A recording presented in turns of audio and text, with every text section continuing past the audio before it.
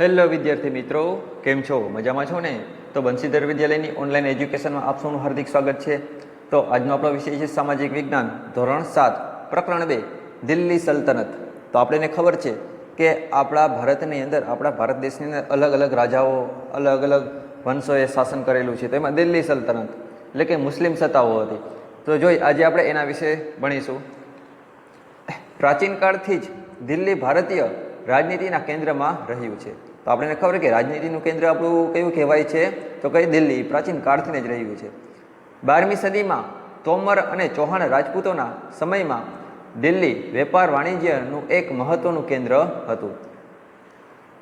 13મી સદીની શરૂઆતમાં દિલ્હી સલ્તનતની સ્થાપના થઈ. તો દિલ્હી સલ્તનતની સ્થાપના ક્યારે થઈ? 13મી સદીમાં. ઈસવીસન 1206 થી લઈ 1526 થી 1526 દરમિયાન ઉત્તર ભારતના વિશાળ વિસ્તાર શાસન કરનાર શાસકોને સુલતાન અને શાસનકાળને દિલ્હી સલ્તનત તરીકે ઓળખવામાં આવે છે. આ શાસકો મૂળભૂત રીતે તુર્ક અને અફઘાન મૂળના હતા. તો આ જે દિલ્હી સલ્તનતના જે શાસન હતા, જે શાસકકર્તાઓ હતા, જે રાજાઓ હતા, તે મૂળ ક્યાંના હતા? તુર્ક અને અફઘાનના. બરોબર, તુર્ક અને અફઘાનના હતા. આ 350 વર્ષ દરમિયાન દિલ્હી સલ્તનતમાં કુલ 5 વંશોએ સત્તા ભોગવી. તો કુલ કેટલા વંશો સત્તા ભોગવી? કે 5 વંશ અલગ અલગ હતા, જેમાં ગુલામ વંશ, ખલજી વંશ, તુગલક વંશ, સૈયદ વંશ અને લોધી વંશનો સમાવેશ થાય છે. દિલ્હી સલ્તનતની સાથે આપણે આ પાઠમાં વિજયનગર અને બહમની સામ્રાજ્યનો પણ અભ્યાસ કરીશું. તો ધ્યાન દો. દિલ્હી સલ્તનતના શાસકો. તો દિલ્હી સલ્તનતમાં કયા કયા શાસક હતા, કયા કયા રાજા હતા, તો એના વિશે જોઈએ. પહેલે છે ગુલામ વંશ. કયો વંશ? ગુલામ વંશ. 1206 થી લઈને 1290. ઈસવીસન 1192માં તરાઈના બીજા યુદ્ધમાં. કઈ સાલમાં? 1192માં તરાઈનું બીજું યુદ્ધ. તરાઈનું બીજું યુદ્ધ ક્યારે થયું હતું? 1192માં. યુદ્ધમાં શિહાબુદ્દીન ઘોરીએ પૃથ્વીરાજ ચૌહાણની સામે નિર્ણાયક વિજય મેળવી દિલ્હીમાં સલ્તનતની સત્તાનો પાયો નાખ્યો. તો ખાસ યાદ રાખો કે જ્યારે ભારતની અંદર રાજપૂતોનું શાસન હતું અને ત્યારબાદ જે દિલ્હી સલ્તનત તેની શરૂઆત થઈ. તો ક્યાંથી શરૂઆત થઈ? તો 1192માં તરાઈનું બીજું યુદ્ધ થયું હતું. કઈ સાલમાં? 1192માં તરાઈનું બીજું યુદ્ધ થયું હતું. એમાં પૃથ્વીરાજ ચૌહાણની હાર થઈ હતી. એટલે પૃથ્વીરાજ ચૌહાણે નિર્ણાયક વિજય આપી દીધો હતો. ત્યારથી ભારતની અંદર દિલ્હી સલ્તનત એટલે કે મુસ્લિમ લોકોની સત્તા સ્થાપી. મુહમ્મદ ઘોરીના ગુલામ કુતુબુદ્દીન. તો મોહમ્મદ ઘોરી હતો, એનો ગુલામ હતો. શું હતું એનું નામ? કુતુબુદ્દીન ઐબક. મામલુ વંશનો હતો. કુતુબુદ્દીન ઐબક કયા વંશનો હતો? મામલુક વંશ. માત્ર 5 વર્ષના તેના શાસનકાળમાં તેણે સલ્તનત સત્તાને જાળવી રાખવાનો પ્રયત્ન કર્યો. ઈસવીસન 1210માં પોલો રમતા ઘોડા પરથી પડી જવાના કારણે તેનું મૃત્યુ થયું. તો કુતુબુદ્દીન ઐબકજી છે, એનું મૃત્યુ થયું. પોલો રમતો હતો અને ઘોડા પરથી હેઠો પડી ગયો. કુતુબુદ્દીન ઐબકના અવસાન બાદ તેનો ગુલામ અને જમાઈ ઇલ્તુત્મિશ. તો ખાસ યાદ રાખો, કુતુબુદ્દીન ઐબક પછી કોણ સત્તા ઉપર આવ્યું? તો એનો જમાઈ અને ગુલામ. કુતુબુદ્દીન ઐબકના અવસાન બાદ તેનો ગુલામ અને જમાઈ, એનું નામ શું હતું? ઇલ્તુત્મિશ, ગાદીએ આવ્યો. તો કુતુબુદ્દીન ઐબક પછી કોણ ગાદી આવ્યું? ઇલ્તુત્મિશ. ખાસ યાદ રાખવાનું તમારે. તેણે સલ્તનત સત્તાને સર્વોપરી બનાવવા ચહેલગાન એટલે કે 4 ગાનની સ્થાપના કરી. તો ચહેલગાનની સ્થાપના કોણે કરી હતી? તો ઇલ્તુત્મિશે સ્થાપના કરી. એટલે કે 40 તુર્ક અમીરોના દળની રચના કરી. ચહેલગાન એટલે શું? 40 તુર્ક અમીરોના દળની રચના. તેણે રાજધાનીનું સ્થળાંતર લાહોરથી દિલ્હી કર્યું. એને રાજધાની સ્થળાંતર ક્યાં કર્યું? લાહોરથી દિલ્હી. કોણે? તો કે ઇલ્તુત્મિશે. ઇલ્તુત્મિશને ગુલામ વંશનો સાચો સ્થાપક માનવામાં આવે છે. તો ગુલામ વંશનો સાચો સ્થાપક કોને મનાય છે? તો ઇલ્તુત્મિશ. પોતાના એક પણ પુત્રને સુલતાન બનાવવા યોગ્ય ન સમજતા ઇલ્તુત્મિશે પોતાની કાબિલ પુત્રી રઝિયાને પોતાની ઉત્તરાધિકારી જાહેર કરી. તો રઝિયા, તમે નામ પણ સાંભળેલું છે, રઝિયા સુલતાના. રઝિયા સુલતાના કોની પુત્રી હતી? ઇલ્તુત્મિશની. એના ઇલ્તુત્મિશના જે પુત્ર હતા એ એકય સત્તા ભોગવા યોગ્ય હતા નહીં, માટે એની પુત્રી જે રઝિયા હતી એને તેને ગાદી પર બેસાડી દીધી. ઇલ્તુત્મિશના અવસાનના થોડા સમય બાદ તેની પુત્રી રઝિયા સુલતાના દિલ્હીની ગાદીએ આવી. તો ઇલ્તુત્મિશ પછી કોણ ગાદી આવ્યું? રઝિયા સુલતાના. જે દિલ્હીની ગાદીએ આવનાર પ્રથમ મહિલા શાસક રહી. તો ખાસ યાદ રાખજો કે દિલ્હીની ગાદી પર આવનાર પ્રથમ મહિલા શાસક કોણ હતું? તો કે રઝિયા સુલતાના. એ સમયના ઇતિહાસકાર મિનહાજ એ સિરાજ પણ સ્વીકારે છે કે રઝિયા સુલતાના તેના બધા જ ભાઈઓમાં સૌથી વધુ કાબિલ અને સક્ષમ હતી. આમ છતાં એક મહિલા શાસનકર્તા તરીકે માન્યતા મળવી મુશ્કેલ હતી. દરબારીઓ પણ તેને સ્વતંત્ર શાસક તરીકે સ્વીકારવા રાજી ન હતા. બરોબર, પણ ત્યારના કોઈ લોકો એને શાસક તરીકે સ્વીકાર કરતા ન હતા. અમીરોની સત્તા લાલસા અને સતત ચાલતા વિદ્રોહોએ તેના શાસનનો અંત આણ્યો. તેના અવસાન પછી 6 વર્ષ સુધી રાજ્યમાં અંધાધૂંધી ચાલી. અમીરોએ ઇલ્તુત્મિશના પુત્ર નાસિરુદ્દીનને દિલ્હીની ગાદી બેસાડ્યો. તો જો રઝિયા સુલતાનાનું મૃત્યુ થયું એના પછી કોણ ગાદીએ આવ્યો? તો ઇલ્તુત્મિશનો પુત્ર, એનું નામ શું? નાસિરુદ્દીન. દિલ્હીની ગાદીએ બેસાડ્યો.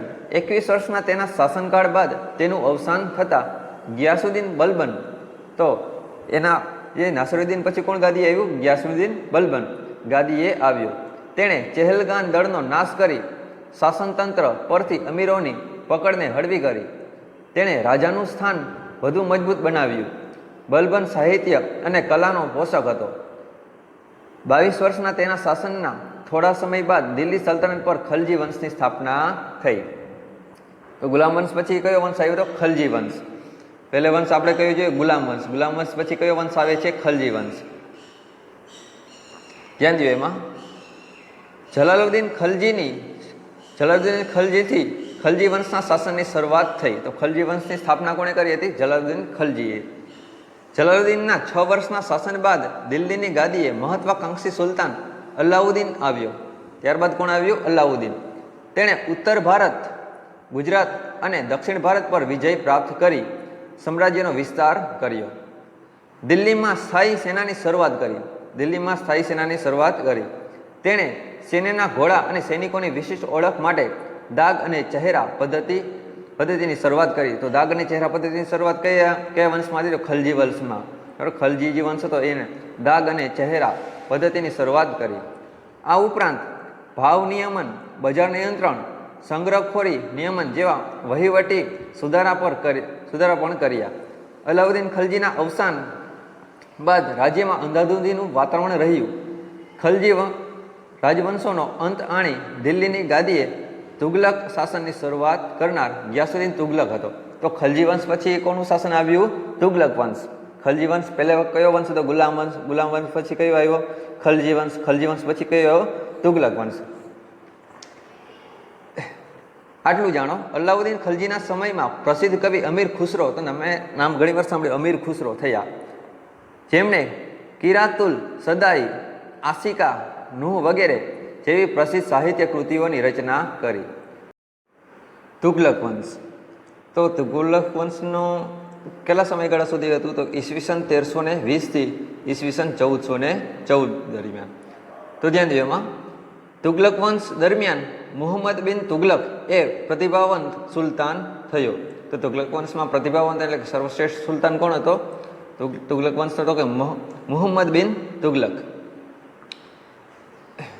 જેણે તેના સમયમાં કેટલીક યોજના અમલમાં મૂકી, જેમાં દિલ્હીથી દૌલતાબાદ રાજધાનીનું સ્થળાંતર. તો દિલ્હીથી દૌલતાબાદ શું કર્યું? રાજધાની સ્થળાંતર કર્યું. એની રાજધાની ક્યાંથી? દિલ્હી. ત્યાંથી ક્યાં રાજધાની રહી ગઈ? દૌલતાબાદ. કોણે? તો કે મુહમ્મદ બિન તુગલકે. રાજધાનીનું સ્થળાંતર, પ્રતિક મુદ્રાપણયોગ વગેરે જેવી યોજનાનો સમાવેશ થાય છે. પરંતુ મોટાભાગની યોજનાઓમાં વ્યવહારિકતાનો અભાવ તેમજ તબક્કાવાર અને આયોજનબદ્ધ અમલીકરણના અભાવના કારણે નિષ્ફળ ગઈ. તેથી ઇતિહાસમાં આ યોજનાઓ તરંગી યોજનાઓ તરીકે સ્થાન પામી. તો તરંગી યોજના કોની કહેવાય છે? તો કે મુહમ્મદ બિન તુગલકની જે યોજના છે એને કેવી યોજના કહેવાય છે? તરંગી યોજના. ખાસ યાદ રાખજો. મુહમ્મદ તુગલકના સમયમાં આફ્રિકન મુસાફર ઇબ્ન બતુતા, તો નામ શું છે એનું? ઇબ્ન બતુતા. ક્યાંનો મુસાફર છે? આફ્રિકનનો. અને કોના સમયમાં આવ્યો હતો? તો કે મુહમ્મદ તુગલકના સમયમાં આવ્યો હતો. આફ્રિકન મુસાફર, એનું નામ જ ઇબ્ન બતુતા. ભારતની મુલાકાતે આવેલ મુહમ્મદ તુગલક બાદનો તેનો પિતરાઈ ભાઈ ફિરોજ શાહ તુગલક ગાદીએ આવ્યો. તો જે મુહમ્મદ તુગલક હતો ત્યારબાદ એનો ભાઈ કોણ આવ્યો ગાદી પર? તો કોઈ ફિરોજ શાહ તુગલક ગાદી આવ્યો. ફિરોજ શાહ તુગલકના અવસાન બાદ તૈમુર લંગે દિલ્હી પર આક્રમણ કર્યું. તો એના સમયમાં દિલ્હી પર આક્રમણ કોને કર્યું? તૈમુર લંગે. તૈમુર નામનો એક હતો વ્યક્તિ, એક રાજા હતો, એ આક્રમણ કર્યું હતું. કઈ સાલમાં? 1398 થી 99 દરમિયાન. જેથી સત્તાના પાયા હચમચી ગયા અને તુગલક સત્તા મર્યાદિત બની. ત્યારબાદ આવ્યો સૈયદ વંશ.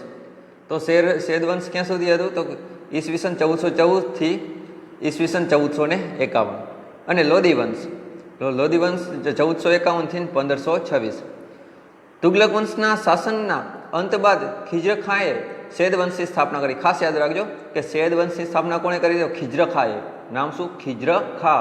એ સૈયદ વંશની સ્થાપના કરી હતી. સૈયદ વંશ બાદ બહલોલ લોધીએ લોધી વંશની સ્થાપના કરી. લોધી વંશની સ્થાપના કોણે કરી? કે બહલોલ લોધીએ.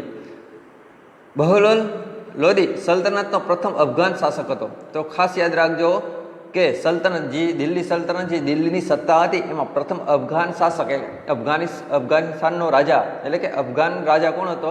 અફઘાની રાજા તો કઈ? તો કોણ હતું? તો કે બહલોલ લોધી. એ સલ્તનતનો પ્રથમ અફઘાન શાસક હતો. લોધી વંશનો અંતિમ બાદશાહ ઇબ્રાહિમ લોધી હતો. લોધી વંશનો અંતિમ શાસક કોણ હતો? ઇબ્રાહિમ લોધી.